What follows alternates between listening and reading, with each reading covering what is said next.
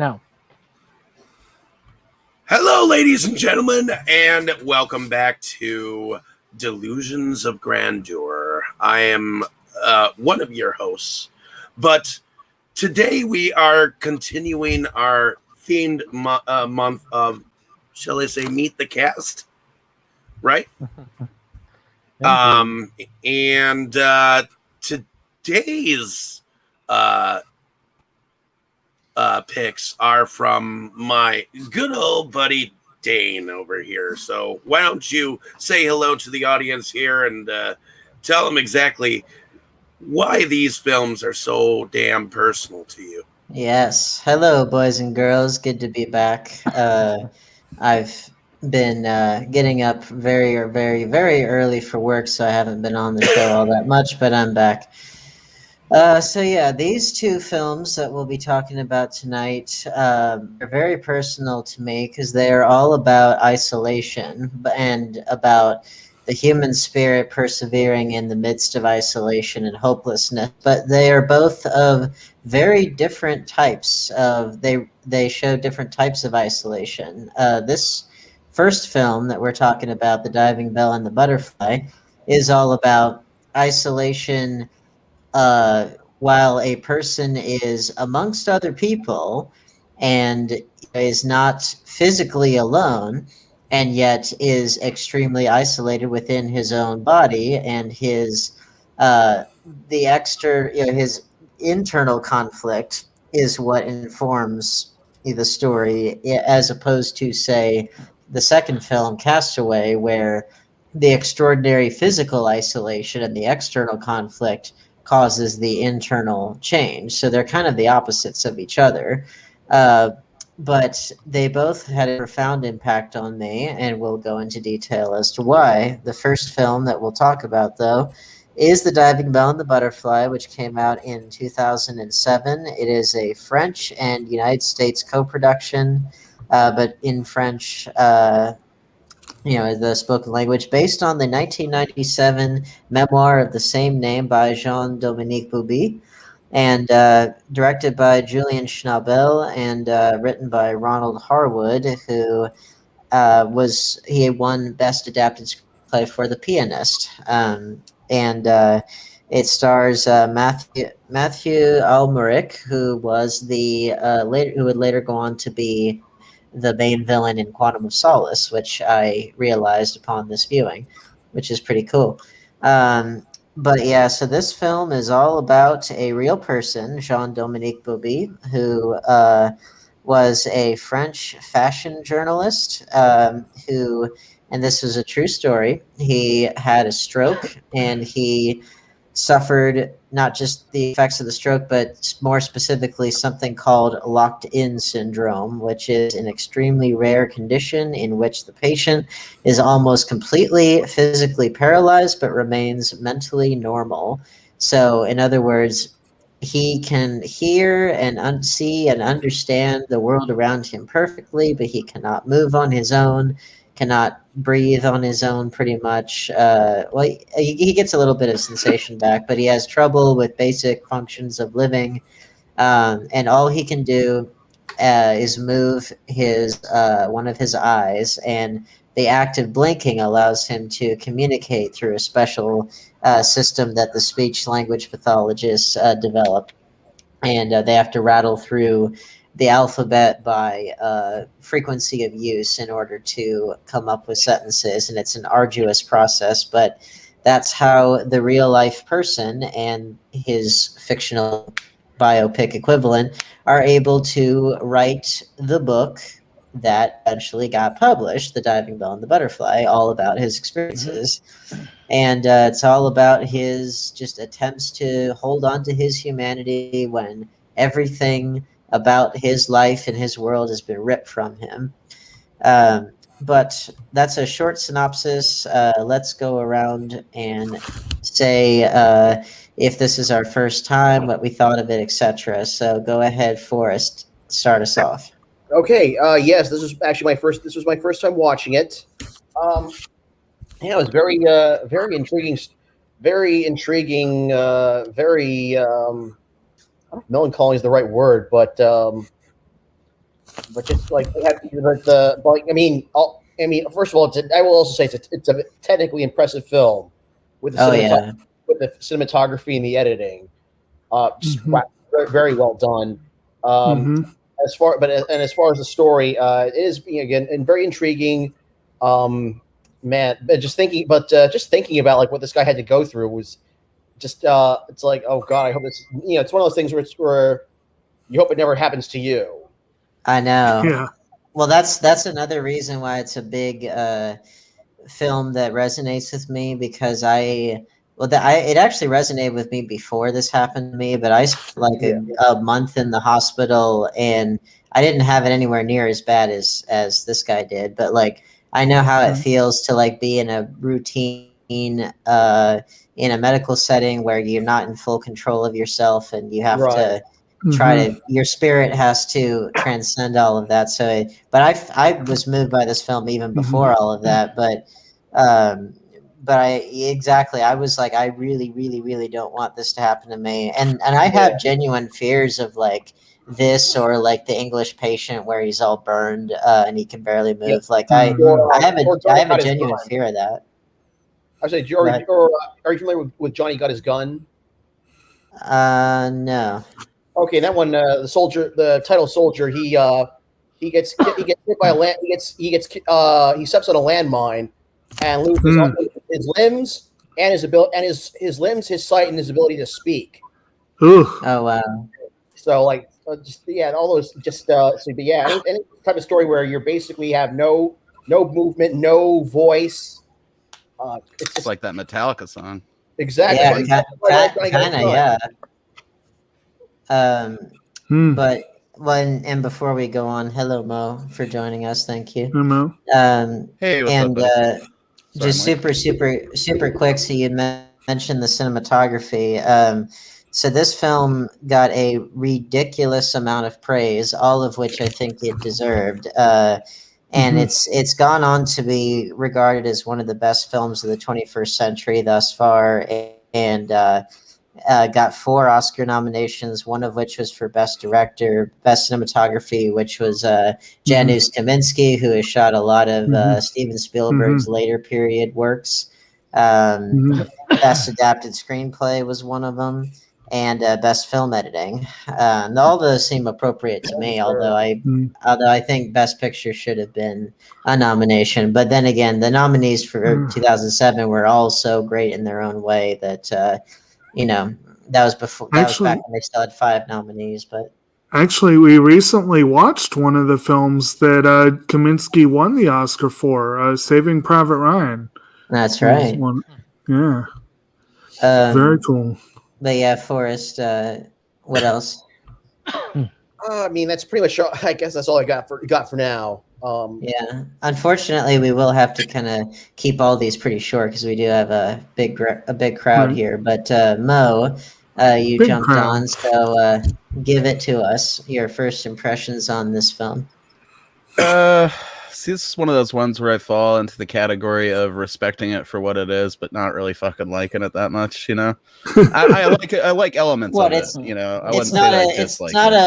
It's not a fun family romp. Are you kidding me? Oh, I really loved the concept, dude. I mean, I think it's just for me. It very well could have been an issue of mood at the time too, but I was like kind of tired of the gimmick by the time they started moving away from it. So I was like, I guess that's good. But I was like exhausted almost by that point. It did have some funny moments though. I like the whole idea of it. It's got that waking nightmare quality to it at first, but the dude's got a good sense of humor about it, so it like softens it a little bit. I really liked the part where he was checking out those ladies' tits when they were examining them initially. Like that's good times too. I think a big part of it as well is I really don't enjoy the French language. I mean, nothing against French people. I think it comes from being I think it comes from being a little Canadian kid, little hoser, and you're kind of pressured to try to learn that when you're young, and I didn't have any interest in it, so it just like turned me off to the language. But it is the language of love. I mean, if it's like a pretty lady talking French, I'm good with that. Yeah, teach me how to work my tongue. Let's do it. There were quite a few of those in this movie, which that's that funny you mentioned that, because that actually is one of my favorite things about the film, is that this guy being in the fashion world and everything, and being sort of I guess you'd say like a playboy of sorts. He doesn't start off as a particularly good guy, and he still has a wandering eye even when he is paralyzed.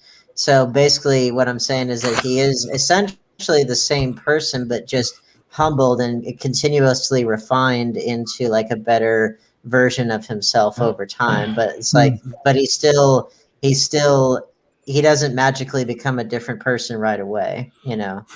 Right. So that and I think that adds that humor at first that makes it a little easier to deal with. You know, you're like, oh shit, this guy's still a horn dog and he's like paralyzed from the head down, you know?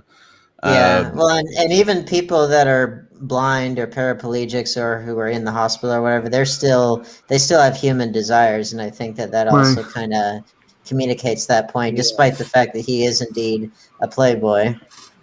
He went full ham with that stroke eye, though, bro. He was looking like a walleye for part of the movie right there, and I was like, jeez. Actually, I don't know if he needed to hold it open so wide. That was unsettling. I'm thinking we have a movie that connects the two themes tonight. Yeah. We have what we were just talking about with even the people who may not be able to have full use have still those needs. And the other movie stars Helen Hunt. Mo, you ever check out a movie called The Sessions? Yeah, that's a good one. That'd be a good one to do one day. Yeah, what's it called now? I didn't The Sessions. No, I never did see that. Good movie. Yeah. Nope. It's one where Hunt plays a sexual, I think a sexual therapist was the term, actually. Yeah. I'm always down with anything with Helen Hunt, though. So it's it's about a guy who has he's in an iron lung, and I don't think he's ever had sex, if I remember. Oh man, that sounds hilariously tragic. And John Hawkes is the main dude. I think isn't William H. Macy like a preacher that is advising him to do this? I thought that was more and more sold on this the more that you're describing it. Yeah. But you see why I like these two, because they contrast with each other so nicely in terms of the type of survival that they deal with, you know, because you know, for all intents and purposes, Monsieur Bobby, he's amongst people and amongst civilizations, so it's not an external conflict or an external threat. It's all internal, and I think that's really awesome. Randy, you are the new kid on the block. What did you think of this film? So first time saw it yesterday, and my only complaint is I wish I saw it sooner. I know. You know, this is definitely one of the most intense, well-acted, powerful films I've seen lately, and I think I agree with you saying that it is one of the best films of the 21st century so far. The main performance, I'm going to butcher his name. Is it Matthew? Mathieu? I think it's Matthew, because it looks like a French spelling of Matthew. And I've definitely seen him in other stuff. I believe he was in Sound of Metal last year. Yes. He played Olivia Cook's father in the film, I've been trying to remember him from other stuff too all afternoon. He's got one of those faces. For sure. Well, before you jumped on, I mentioned that he was the main villain in Quantum of Solace. That's probably where I remember him from, because I did that Bond marathon last year. Same. But you know, the film it tackles a very tough issue, you know, being paraplegic and being unable to basically function except for moving your eyelid, and the way that they portrayed that was just so genuine, so realistic. And I was blown away. I'm still kind of riding the high of seeing it. You know, I've definitely heard the title before. I know it came out a while ago, 2007. So again, I saw it back then, but I actually was not really reviewing movies back then. So, but the editing is really also a real highlight here. That's top notch. From the first shot, you're basically you're thrust into his world, and you see it from his perspective. And you mentioned Kaminsky's cinematography, which is phenomenal. I've only known him from the later Spielberg films too, but to see him in a non-Spielberg film at work, it's really mind-blowing. It's really great stuff. Yeah. Well, and you see, honestly, and I'll get into my reasons once we get to me, but I was privileged to see this film in the theater when it came out, and it opened up my eyes to the possibilities of film as a medium, but I'll elaborate on that more. Give it to us, Jake. What did you think? Well, I'm going to be the odd one out here other than you, apparently. I have actually seen this, not in theaters, but I did see it shortly after its release. Nice. This is one that I had heard an immense amount of buzz about when it came out. And I made a point to, I can't remember if I made the connection then. Julian Schnabel also was the director of the highly acclaimed Before Night Falls, and which I believe I had seen at that point. I can't remember if I made that connection. He's only done a half dozen feature films. Yeah. And his most recent one, or more recent one, was the At Eternity's Gate, where Willem Dafoe got an out-of-left field nomination for playing Vincent van Gogh. Yeah. And honestly, there's a good reason for that, because Julian Schnabel, I hope I'm saying that right, he was predominantly a painter prior to directing films, so there's a reason for that. And you can tell from... You can tell from those. Well, you can tell from these three films, because this guy, he's a fashion writer. Before Night Falls was about a poet.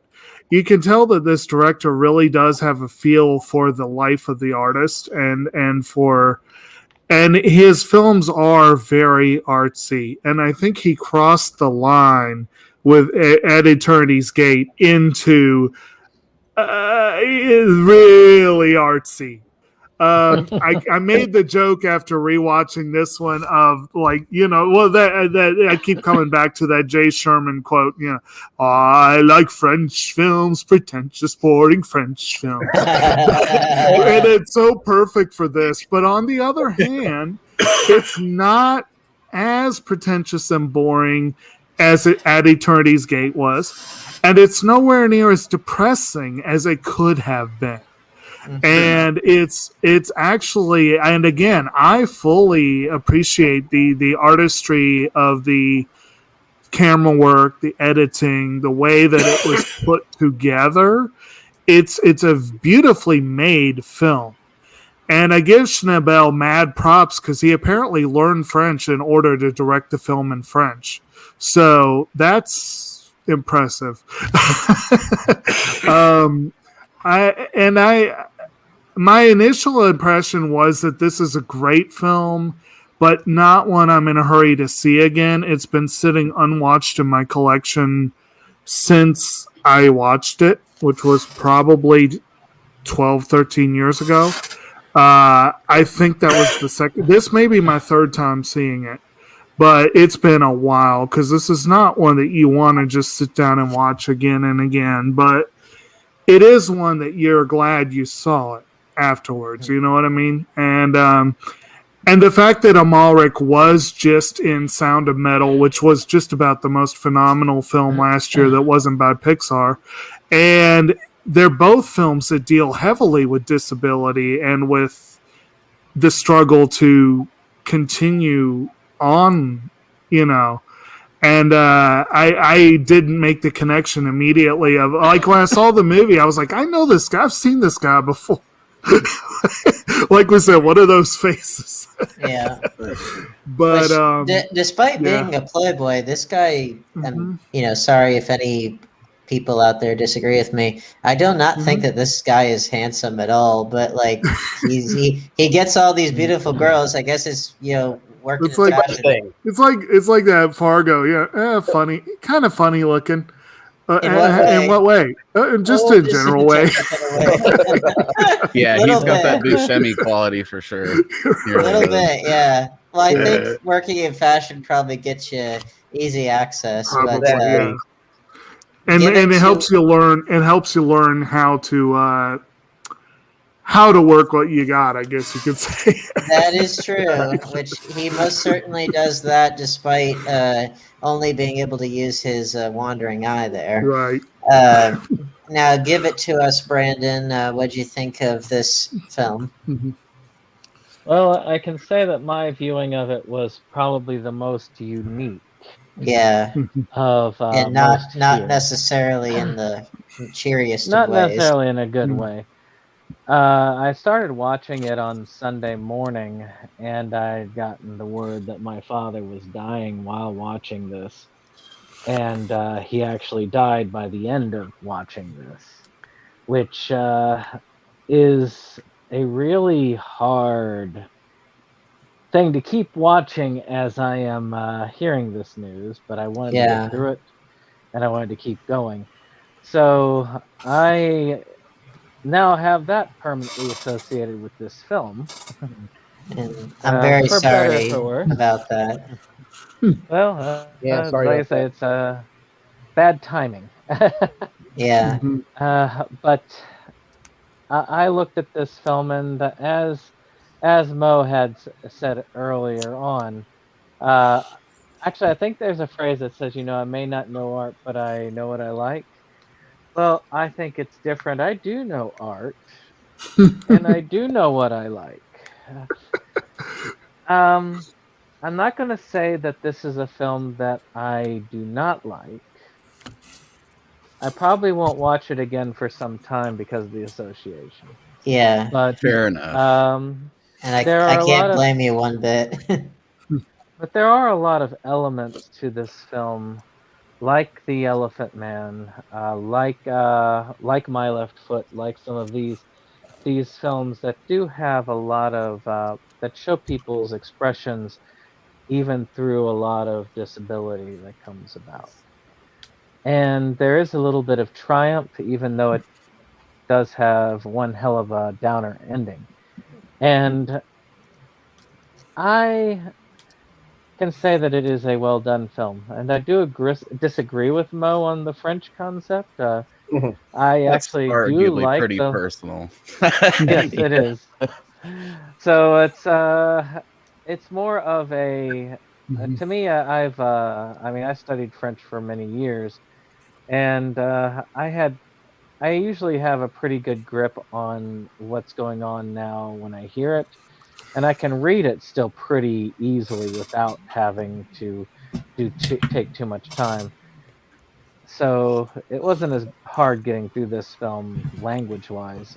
I do feel like it's a better singing language than it is. Again, as personal as that is, I guess the best way I could describe it, and a recent film that we watched really, kind of works well for this, is that unless it's a hot chick talking French, I just get hardcore Johnny Depp from Tusk vibes anytime that I'm hearing French. It's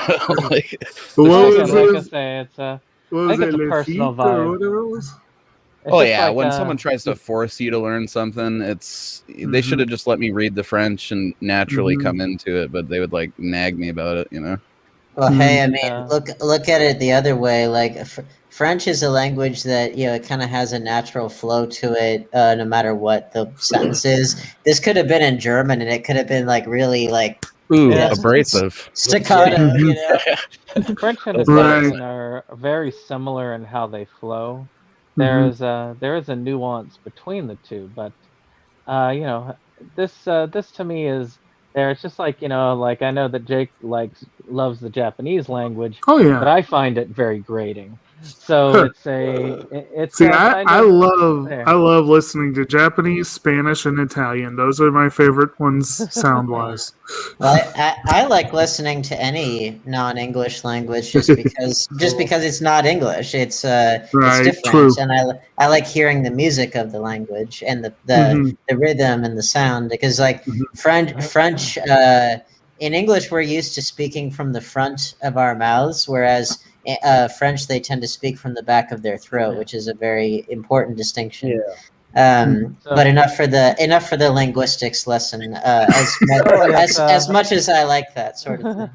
Not for nothing, like Brandon pointed out, it is a movie to come back to too if it doesn't really vibe with you the first time. Like, I'm definitely gonna watch it again one of these days. I think my feel of it entirely boils down to my mood at the time I was trying to watch it.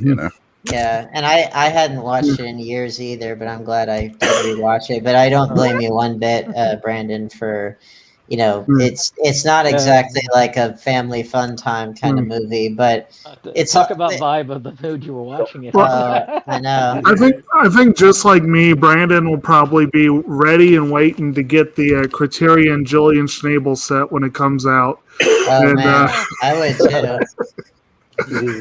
But let's at not. the end of it all, Go ahead. I was just going to end by saying, at the end of it all, I do think it is a film that should be appreciated. It is a good film. I'm glad that I saw it. But as far as whether I like it or not, not ready to say whether I like it or not until maybe a number of years later.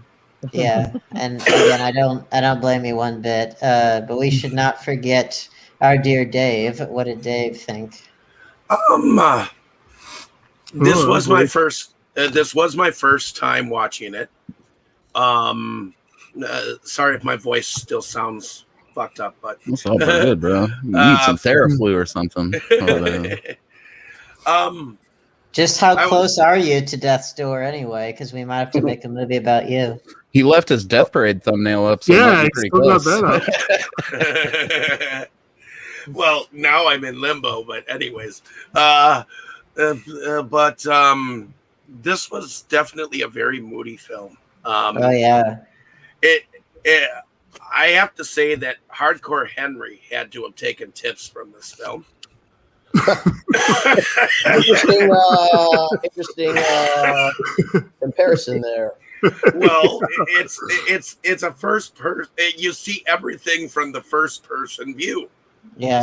So it's like, I mean, I know that this guy had a severe accident, and he's not able to do everything, but I like the fact that he still has his humor about him while he's still incapacitated. Yeah. And he's just going through the motions and stuff. And the thing is, I'm not entirely a fan of like entirely artsy films. Not entirely. And though I respect this film for what it did phenomenal leaps and bounds in the editing and the camera moves and the angles and stuff. I'm sure before this film, they hadn't quite done it this way. I mean, except for maybe in like what is that? Bruce Willis, where he was Mikey in. Oh, look who's talking! Yeah, look who's talking. First person thing. The whole first person thing. Yeah. I never would have made that comparison, but I totally do now that he's mentioned it. But it didn't occur to me at the time. The thing is, there have been many different variations of the first person. It's like you're going through a game. Like okay. Except this one's more like Resident Evil Code Veronica. You're waking up on a slab, and you got to figure out how to function. Oh yeah, that first part of it's like the lyrics to an old Cannibal Corpse song or something. And I do have mad respect for whoever put the music to this film. Oh yeah, because great music. Tom Waits. I love Tom Waits. Yeah. And whoever stuck that song in there. At the very end, too. The very end. But in any case, I enjoyed it for what it was. I think everyone should at least see it once. It's not something that I'll forget anytime soon. Yeah. Actually, Dave does bring up a good point. This film, I would consider a contender for use of music in film because they really did a great job with the assortment of songs. Not just the music, but also the sound design, because like especially when he's dreaming and you hear the water sounds for when he visualizes himself in his diving bell and that kind of stuff, that was really, really, really well done. Could have done without that TV test signal, though. Before we move on, we got to give recognition where it's due as far as Randy just dominating the thumbnail game tonight, right? That might be the best thumbnail in the history of the movies galore, man. So congratulations. Thanks. It'll go down in history. Well, so for myself, I did see this film in the theater back in the day. I would have been like either 15 or 16, something like that. 2007 was a very formative year for me in terms of cinema because there was a lot of movies that had come out that really made a strong impact on me. All of the Best Picture nominees that year I would consider to be A-plus films, which is a rarity because normally I think the Academy tends to reward like B or B-plus quality work. But I think all of those films in that year were A-plus quality. And they all, in their own ways, made an impact on me. But this film, I saw it in the theater. I remembered the Charlotte Observer's Lawrence Topman, the film critic, who I've met a couple times. Nice guy. He put it as his number one of the year, which is pretty good.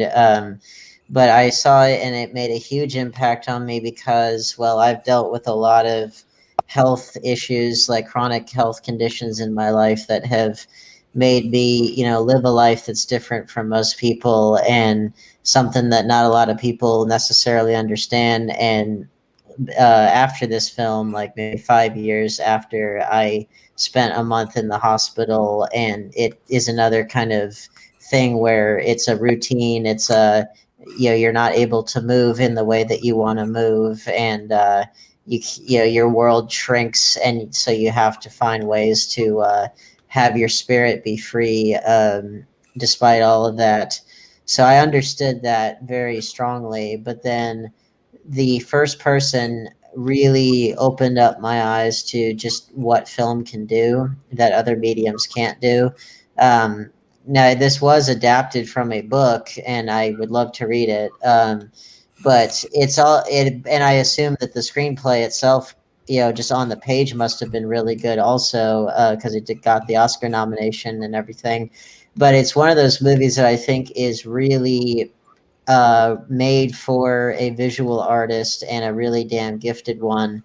And you can definitely tell that Julian Schnabel was a painter prior to this, because it definitely feels like a painting in a weird kind of way, especially when it first begins with the fact that he wakes up in the hospital bed. His vision is blurry, so the camera has a hard time focusing, and it has a hard time focusing on individual faces. So they're using like a very shallow depth of field lens to marvelous effect. And the lens widens over time. They use a wider lens to encapsulate more of his world. And for my money, because I to a certain degree, I kind of wanted, when I first saw it, I kind of wanted the whole film to be in first person because I've wanted to see a film that does that. And I know about Hardcore Henry. I still need to watch it.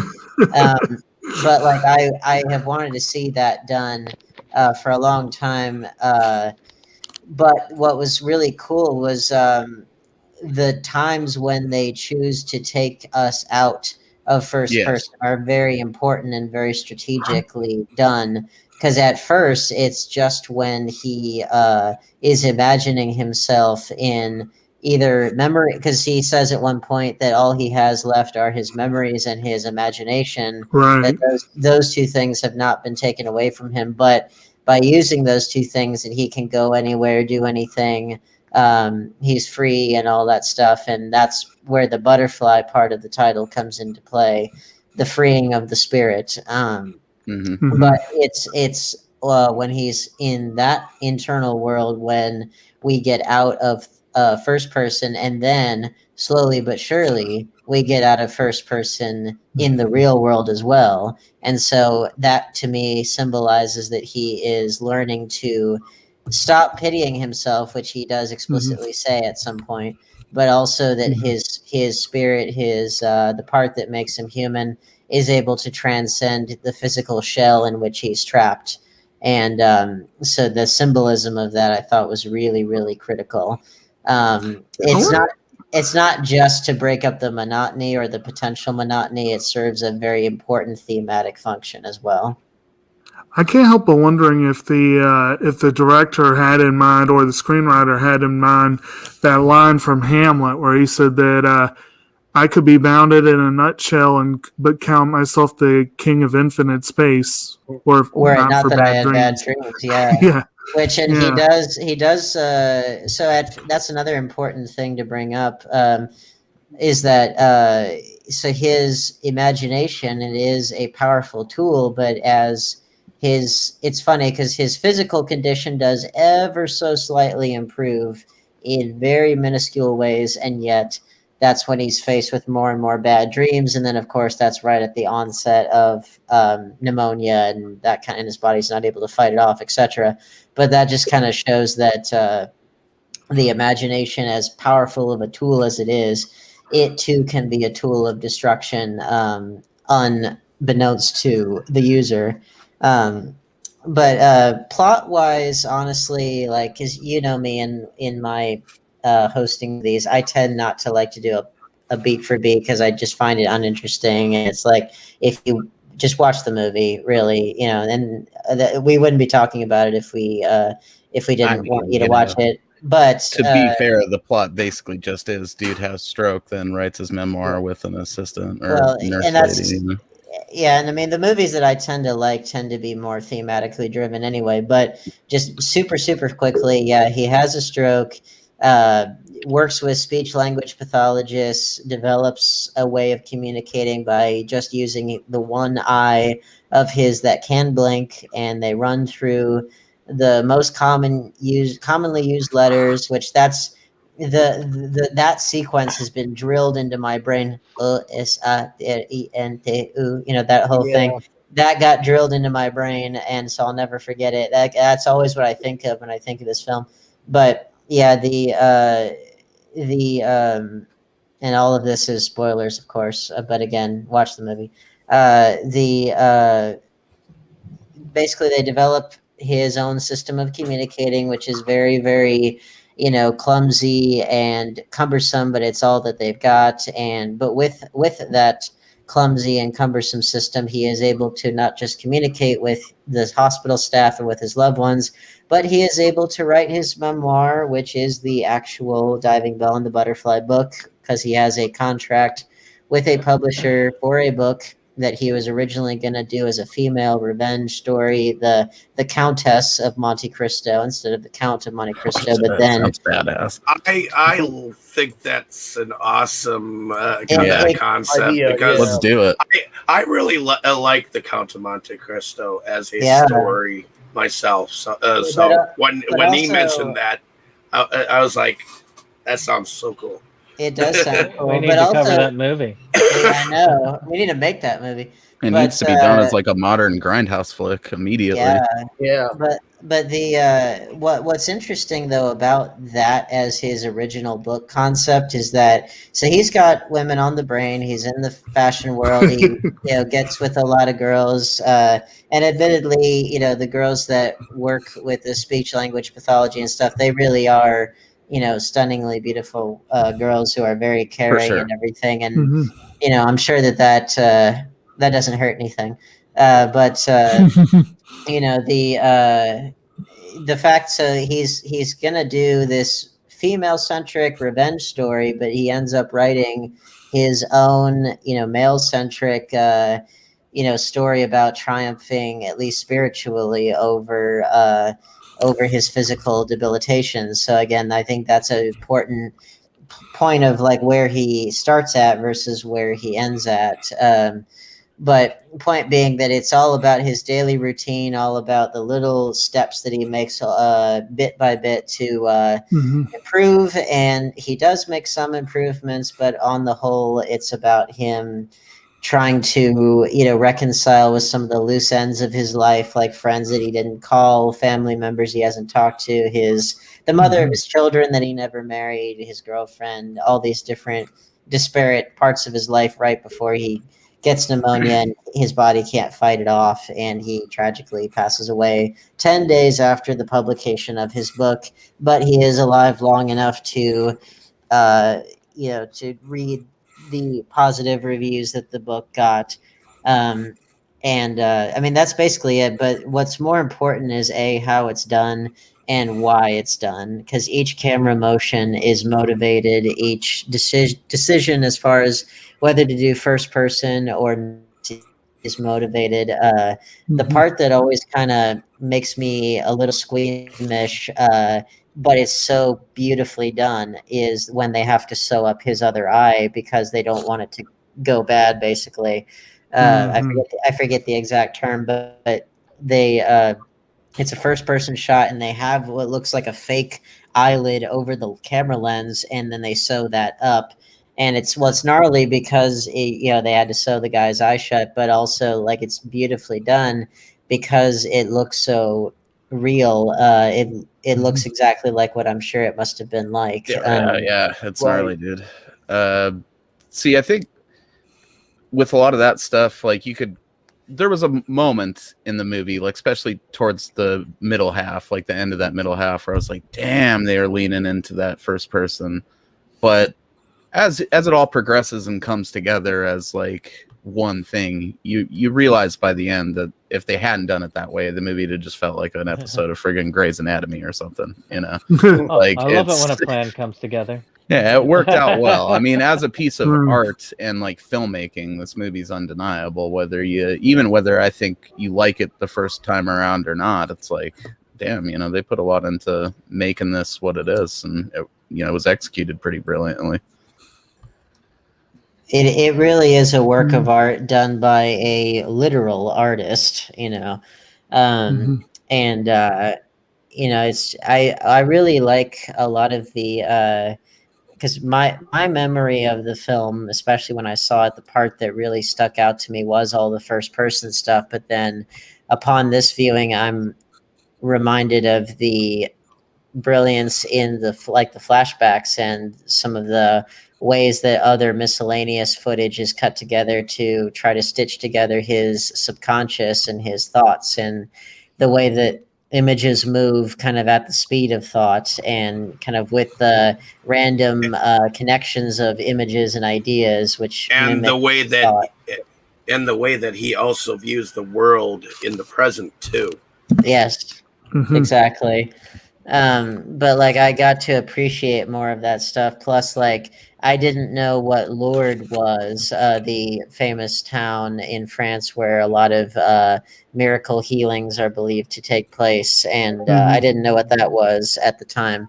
And also, like, just it's all about kind of the fact that like he's not religious and he is kind of a cynical person in general, but it's all about his like everyone around him is praying for him, and he just sort of is like, yeah, whatever, goes along with it. But like it's about the fact that he does undergo a spiritual journey of his own. It's not necessarily a religious journey, but it's a journey of freeing his spirit, his humanity, his soul from a physical shell, a diving bell, as he puts it. And so it is a spiritual film, just not necessarily in the strictly religious sense, although it most definitely is for everyone around him, because, that's what they have to latch on to. They often say that a lot of when you're dealing with people in a hospital bed, that it's often harder for the people who are outside the bed, who are looking in on the person, because of how much they want to help the person but can't. And you do see a lot of the people around him, despite his numerous flaws and his numerous reasons for people to not like him, they all really rally around him. Even people that don't know him all that well, they really are pulling for him. And I think that says a lot about the human spirit in general, that despite your past and despite the flaws that you have, that people can come around your common humanity and can do what's right, and do it for the right reasons. There's a lot of people doing the right thing for the right reasons and doing it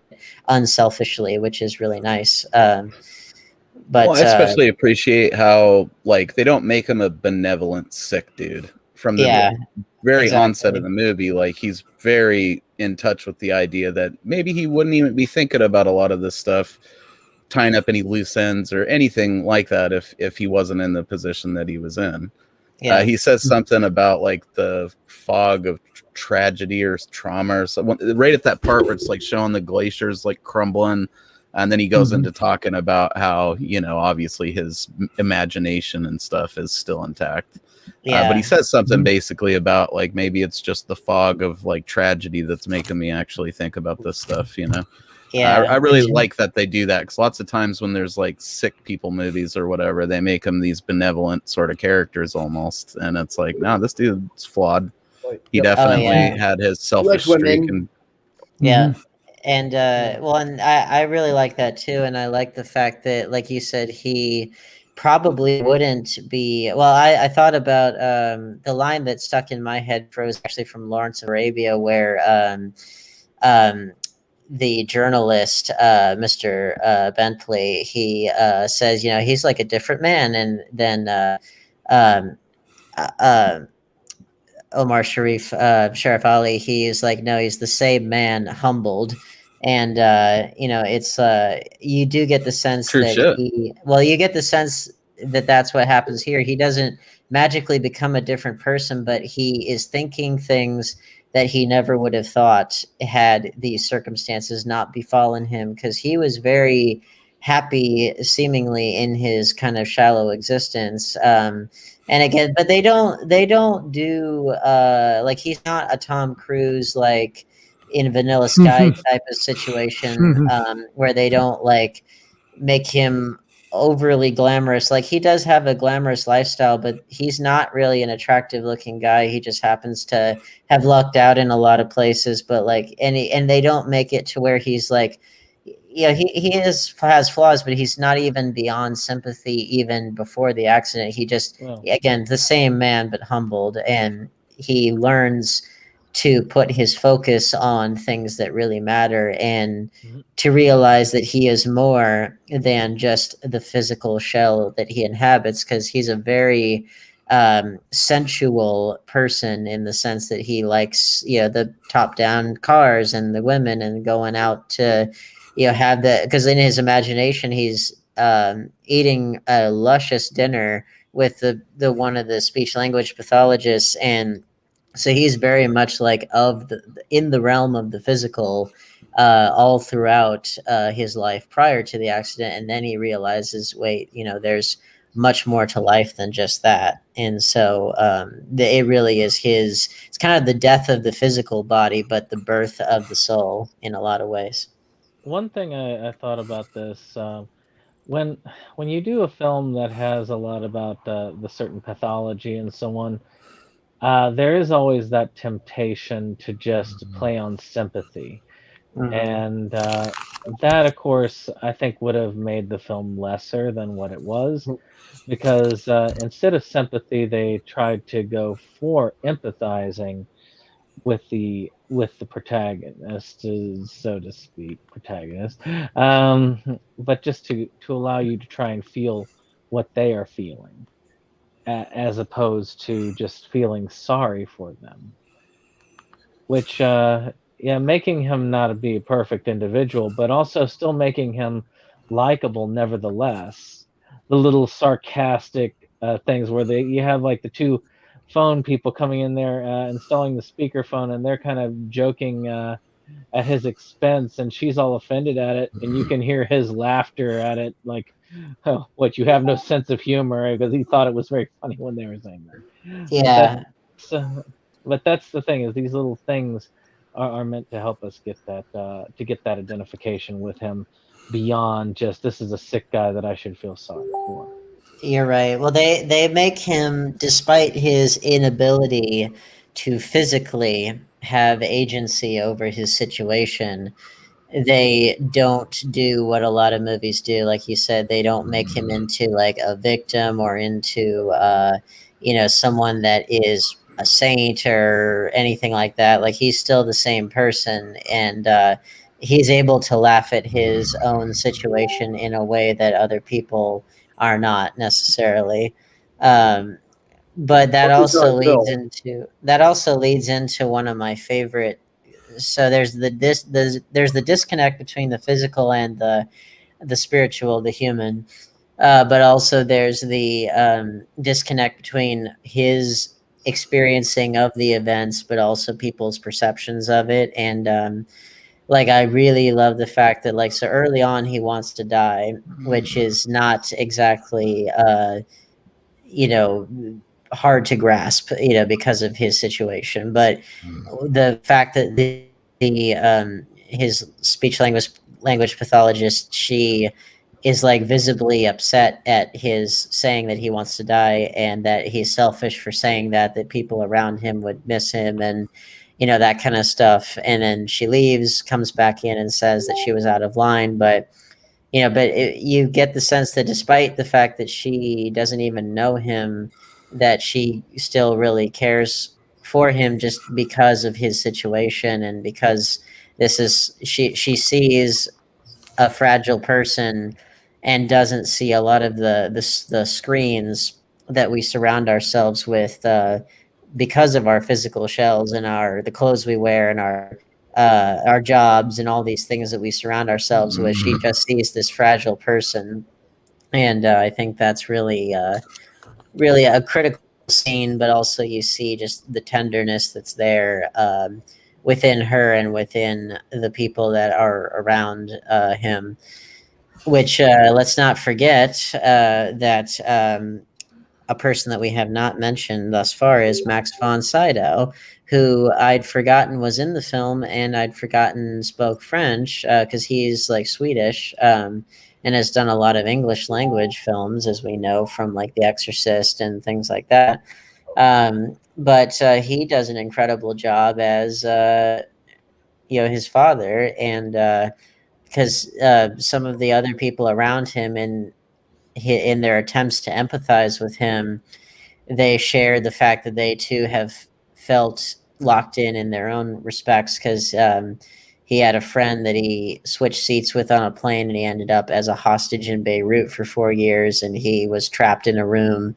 And then his father is like 92 years old, and he is trapped in his apartment. He can't move very well. He has a hard time remembering things. So his body's decaying as well, just in a different way, in a more common way. Have we not all been trapped over the past year? Oh, we have. And I mean, well, that's another reason why I wanted to spotlight this film, because I've felt trapped in my own ways even before the pandemic. And then when everybody else was physically trapped, I was like, well, now you have a slight glimmer into what has been my world in many ways. And so I kind of felt like other people got a slight taste of it, but also that I did a lot of work on myself over that time, and a lot of my own chaff had gotten burned away, which that's really what the film is about. It's about burning away the chaff of the physical illusions and the physical limitations with which we surround ourselves, and about realizing that life's about a whole lot more than that, and it's about freeing yourself and your spirit despite your physical limitations. But yeah, we've got a lot of little bits here and there. I wouldn't say that there are two. This movie's not very showy in like a classical movie sense. There are no like big scene stealing performances or anything like that. Everybody just kind of serves the story in their own fashion. But I mean, there are a couple of standout moments, one of which I brought up. What are some other like just little standout moments that people noticed about the film? I really like that part where he's first like getting fired up on his imagination or whatever, and he's talking about how he used to be like devilishly handsome, but it's showing pictures of Marlon Brando, and he's like, that's Marlon Brando, that's not me, but you get the idea. Yeah, I like that's that like too. my favorite moment in the whole movie. That was pretty fun. But I don't know, performance-wise, like you said, I mean, everyone's pretty low-key for the most part. So it all just works together nicely. I can't, Yeah. And that's one of my favorite things about it. I like the fact that people aren't chewing the scenery and they're not trying to, be huge. They're just trying to serve the story. And that's what, like, each camera move, each edit, each choice there is serving the story, which is what you should do. But the performances are doing that too, and they don't fall into the usual traps of like award season Oscar bait type films where they really, lay on the performance thick and that kind of stuff. They just do what they need to do and do it in the moment, and they don't do it too big. They just let a moment happen. Yeah, no one's going ham with it. They're just exactly, like they just do what they need to do in the moment, and it probably helps that the film is about restraint, physical restraint of sorts. And so it's other people trying to hold in their grief and keep it together for his sake also, not just their own sake. But that kind of helps the performances too, because they're very delicate. But let me think. What did anybody else have any kind of like standout moments or scenes that really resonated with them? Oh, how about the fact that the doctor had come in and he was watching the sports? Yeah, and he was like, "Don't turn that off, you idiot," or something like that. I like that too. And then, like, they talked about, I think someone came in and, like, put on something just to have something running. And he said something about, I'll be stuck with this until someone changes it, or, and I can relate to that as well. At the hospital as well, there were some times where you had to deal. Well, I like to when the doctors try. Oh, sorry. Go ahead, Jake. I thought you were. Well, that was pretty much the thought. Like when that doctor's trying to be too friendly with him too. It's like, just be a doctor, man. Yeah. Like I hate it when they try to be like, oh, we know what you're going through, and it's like, well, the symptoms and how to diagnose it, but I mean, if I don't know that for sure. You're saying that for my peace of mind, but I don't know that you've ever dealt with what I'm dealing with right now. I mean, they try to be overly chummy and that kind of stuff, which he rightfully, at least in his own head, he shuts that down immediately. I mean, that works for some people too, man. I prefer like treat me like you're a mechanic. Situation, just tell me what the hell's wrong on what we have to do. I don't want to sit here and like have my imagination running a mile a minute while you're trying to chum up to me about it, so I really enjoyed that. And to touch on the TV thing too, that part of it really kind of bothered me, how like, there's stuff he obviously would probably prefer to watch, and then there's times where they just left the TV on just to have something going, as if that was enough. Like they put on old cartoons for him, and then there's that whole scene where he's like stuck there while the test signal's just running endlessly, and then it's like flashing to the diving bell and stuff. I mean, that was like in terms of worst scene of the movie, maybe, where I felt that like almost anxiety of being stuck like that definitely had an impact for sure. Oh yeah. The test pattern thing did get to me when I saw that. I'm sure if you have a fear of if you're claustrophobic or whatever, I'm sure that, and they don't hammer this home as much as they could have, but like I'm sure just the thought of being stuck in a diving bell, that alone, if you had that fear, it would do it to you. And not only being stuck there, but also then being stuck underwater on top of that. So if you're aquaphobic, then you throw that in there, and it's like, I mean, it's for sure, dude. Like both of those are boxes, unfortunately, that I have to check, and yes, very much so.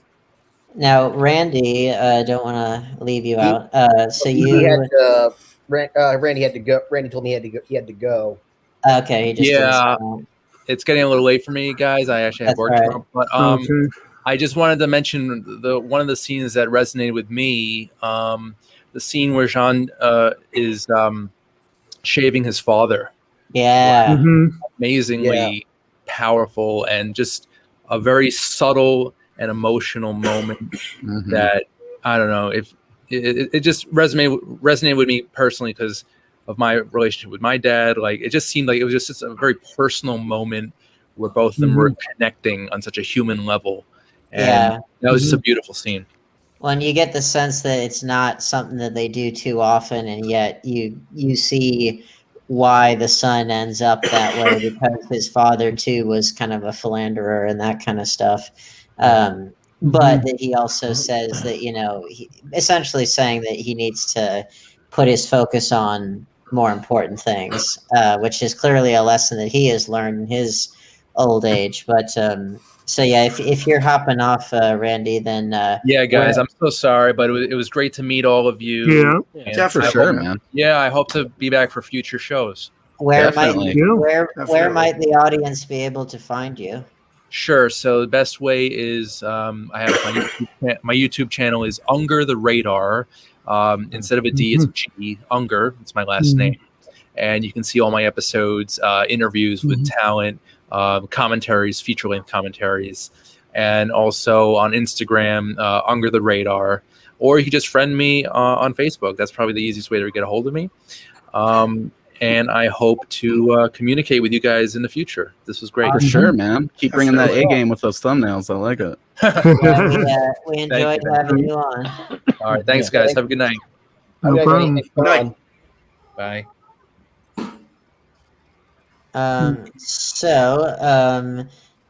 Any other thoughts about the film? So we're kind of covering favorite scenes. The music was actually pretty darn good. Oh yeah. I think we talked the effects, the way that they handled that pretty darn well. But we only touched on the music, and I thought they did an excellent job with the music on the film. Yeah, I that touched and on like the music the editing, a little bit in the beginning. That and the editing, like Tom Randy Waits. mentioned as well, are probably like my favorite elements of it outside of key moments. And the sound design too. Yes, it is a great sounding film, no doubt about it. As far as the overall design, it's worth noting that, according to the trivia at the very least, that they did a lot of the filming in the actual hospital, like in some of the actual locations, so they could get a better feel for the location, and that sort of thing. And I think that probably helps give it an air of, I guess you could say, yeah, exactly, which is kind of cool. I always like it whenever they do that. They don't do that very often, but when they do, I think it really works. I think for me, this movie was really a good. I mean, you have to do this every now and again. Just watch something and be able to appreciate it for what it is, regardless of if it happens to click with you or you super enjoy it at the time. And it had been a little bit since I saw a movie that I wasn't like, kind of hyped on, but was able to sit there and say, you know what, as just a movie that was made, like even if you don't like the movie, it's undeniable, like I said, as a piece of just art and filmmaking. And even with still needing to give it a second go, I would still recommend it to people to see as just an exercise in that. Yes, I feel like this is the kind of movie that you got to find the right mood for, and the right time of day to watch it in. Because if you go into it like with a moody mood, I mean, you're obviously not going to enjoy it as much. You're going to have a bad time. Yeah. And don't put it on for the kids, or if you're in that kind of, like we're going to watch a Barney's Great Adventure. It's not that. But it's also not Schindler's List either, so it's not gonna put it right. Sounds like just to the other side of that, Sounds like Mo, like this one for you was kind of like Aliens was for me, like blasphemy. Glad you saw it. What's that? Blasphemy. No, it's only missed last week for that.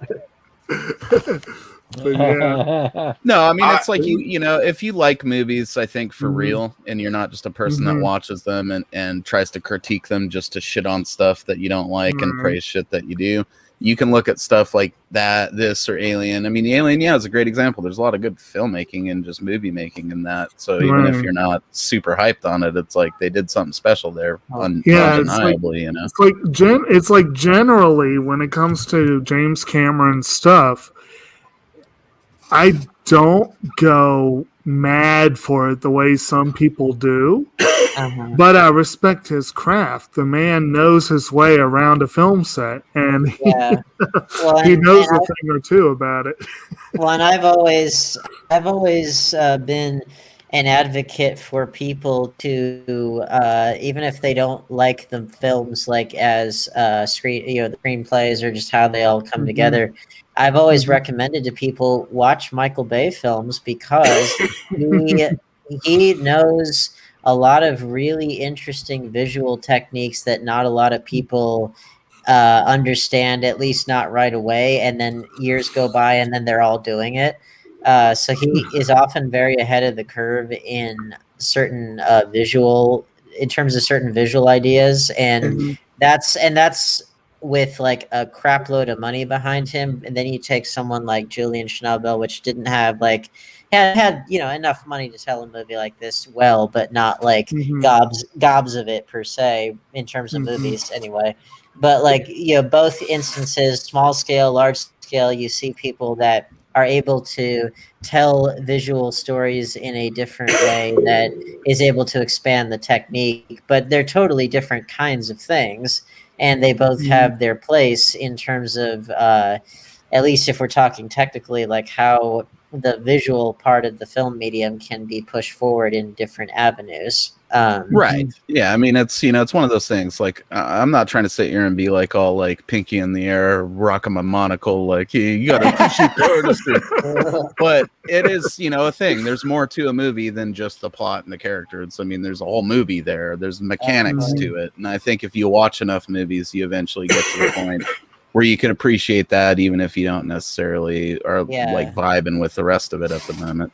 For sure, what I'm going to buy, and I imagine that Criterion cover will be pretty nice. So I sure hope that they keep me posted on that, boys. I sure hope that they put it out, because I have the Alliance Filmz Blu-ray, which was only released in Canada. It's the only place that it, at least in Region 1, it's the only place that it has been released on Blu-ray. And I got that like years and years ago. I've got an old school DVD release, and I was thinking, I don't think I've ever seen this on Blu-ray. But not in the U.S. you haven't, but I have in Canada, and I have that Blu-ray and have had it for a while, and I do want a Criterion release of it. I think it'd be perfect. But yeah, it's a film that has a lot of meaning for me, and it really opened my eyes to just how the film medium can be used in a different way to tell a really human story and a really moving, true story, but more so about transcending physical shells in which we've been born and trying to realize that life is about a whole lot more than just what we can experience with our physical shells, that that we're more than that. And I think it's a really powerful film with that message. But yeah, I think if I were to say my favorite scene or standout moment, I think the ones that I mentioned with the girl saying don't think like that, but also I think a lot of the moments where he is able to escape his physical shell in some way, like when he gets up in his imagination and is able to be around, up out of his chair in the hospital. I think that was wonderful. And also just some subliminal stuff, like at the very end, the glacier that crumbles in the first maybe third of the movie. The glacier crumbles, so it's like his world is crumbling, but then despite him dying, that the glacier comes back together, and it's like, well, I think that kind of said it all. And they clearly just use stock footage, but it's like that just tells you that all you have to do is use stock footage and use just any kind of piece of footage you can find. It's how you put it together and what it means that really tells the story. The one who plays Henriette has my birthday. Oh, nice. That's something. Huh. I think my favorite moment in this film is when the two guys come and install the telephone, and they laugh at him, and then the nurse that he kind of falls in love with, she berates them, but he inside internally is laughing, and he's like, yeah, you've got to learn a sense of humor. Yeah. Well, I also agree with Dave on that one. I also find that one is my favorite, because a lot of times in society we all get offended for people on their behalf. Yeah. on their behalf, when we don't even ask them if they really are offended. We just assume. Yeah. Hey, bro. And I mean, it's just true facts. Most of those people that are like paralyzed or missing limbs, they got the best jokes about it. I mean, I know several people that are in that position, and it's great. You know, you obviously want to fly out there making the jokes yourself, but if they're gonna make them, you can laugh at them. Unfortunately, this dude can't laugh with them. You know, I'm offended that you said that. But anyway, sorry, I didn't mean to cut you off, Brandon.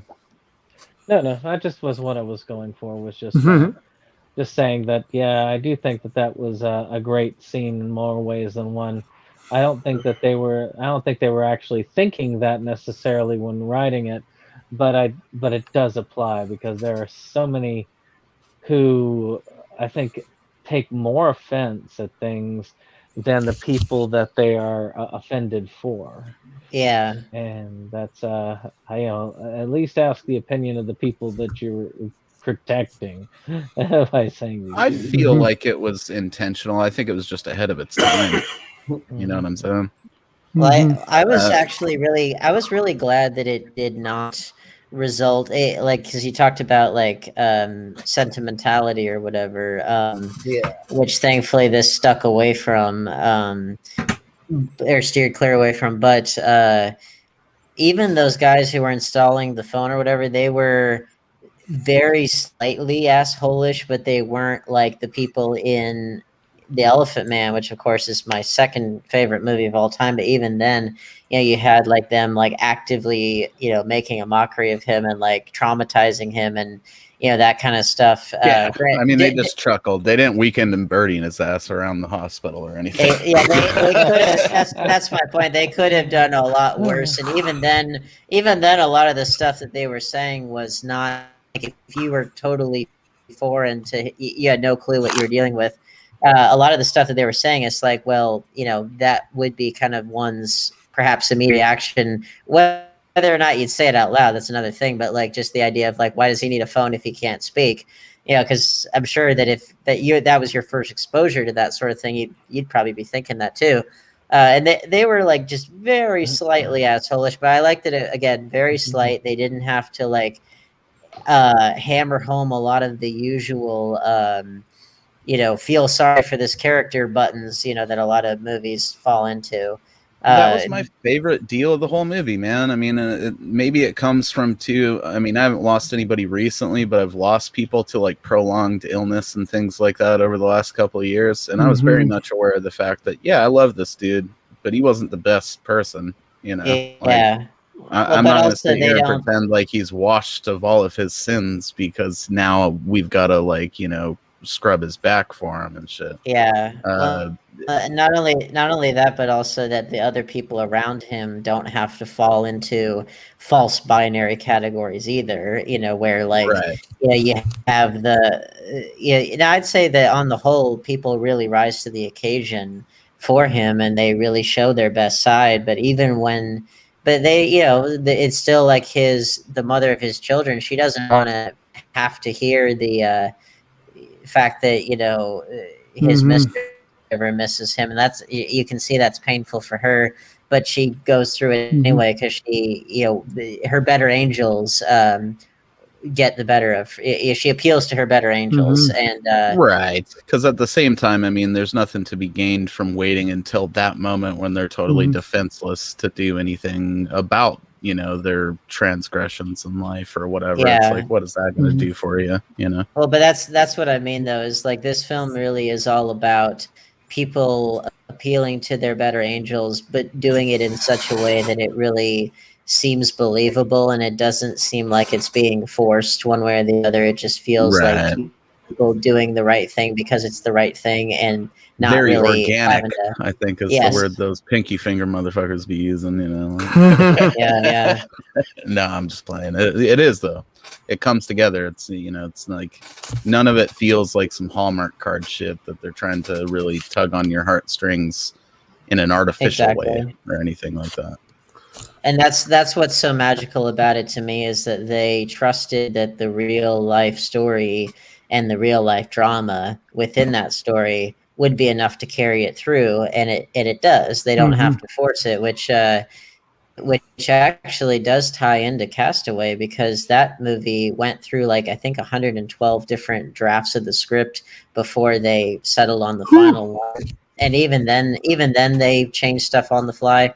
But it was all about trying to chip away at artifice and to get rid of everything that was beyond beyond the essential, to not make it feel too movie-ish or whatever, and just trusting that the drama of the situation would carry them through, and it did there as well. I'm not gonna lie, too, it also made me really want a version of Castaway where it's all from the Wilson cam. This one, from what I read, should follow Wilson from beginning to end. From what I read about this one, this was one that started off much more movie-ish, and like I said, Schnabel fought for it to be in French, apparently. But I think the original plan was that it was going to be an English language film starring Johnny Depp or something like that. And it's like, that would have been a very, very, very different film that probably would not have played as well. It probably would have shot like that episode of Grey's Anatomy that I was talking about, too. Exactly. Like they take away all the artistry of the shit. You could probably chalk it up to, and I don't know this for sure, so don't quote me on it. But like I would suspect, because this had, it was the Kennedy Marshall Company that was one of the producing partners on it. So that's because it was a United States co-production. It was ineligible for Best Foreign Language Film. But I would suspect that some of that, make it more movie-ish influence might have come from that angle. But possibly, I don't know that for sure. I could be totally wrong. But the point is that it didn't fall into any of those traps of artifice, and thus I think the movie succeeds all the better for it. Well, it does have an English dub. I'm sure it does. I turned it on to that option. So, did you, Forrest? Did you say your favorite scene? I would probably have to agree with Mo. Like when we're first seeing everything from his perspective. We're seeing that he's that he's still him. That's probably, I would say that's probably my favorite moment. Mainly because it doesn't sentimentalize him. Absolutely. Well, dude, back to that death metal connection too. There's an autopsy cover that also flashed into my brain when I was watching this, where the doctors are leaning over him and he's like laying on the table. It's a dope one. I'll put it in the chat later on tonight so you guys can check it out. Anybody have anything else to say about this film? No. Well, then title's really awesome. Be an awesome album title. You know what I mean? For like one of those post hardcore bands that are like have a lot of Celtic or like weird Good. I was gonna say, to me it sounds like some sort of indie rock band from Portland or something. Yeah, some shit like that. Or it'd be like the title of an Opeth album or some shit. I would have said like the title of like a post-punk album, like something. That's what I'm thinking. Or I was thinking like Joy Division or like the Smiths or something like that. Or what's that band that did that oh man, they make videos about it where the lady's got like a drum for a head or something, and That girl in Parks and Rec is like a huge fan of the band. I just can't remember their name now. I get. I'll put it in chat of, later too, and you'll be like, "Oh yeah, that's what he was talking about," and that's totally the type of band that would use that as a title. Yeah. And Forrest nailed it on the head. That indie rock stuff, you know. Well, if we're good to go, then I say let's move on to Castaway. Sounds like a plan. Alrighty. I'm there Awesome. for it. Well, let's do it. Thank you all very much for listening to this one. Stay tuned for Inside Movies Galore, where we talk about Castaway. And thank you for suggesting it, man. Thank you. I'm glad everyone got to watch this one, because again, not a lot of people that I know have seen it. Well, and the important thing to note is we all took something from it, even if we weren't as psyched on it as everyone else. And you know, that's how you know it was a good piece of filmmaking. So well, and everybody seems to have gotten something out of it, even if it wasn't necessarily the most pleasant of viewing experiences.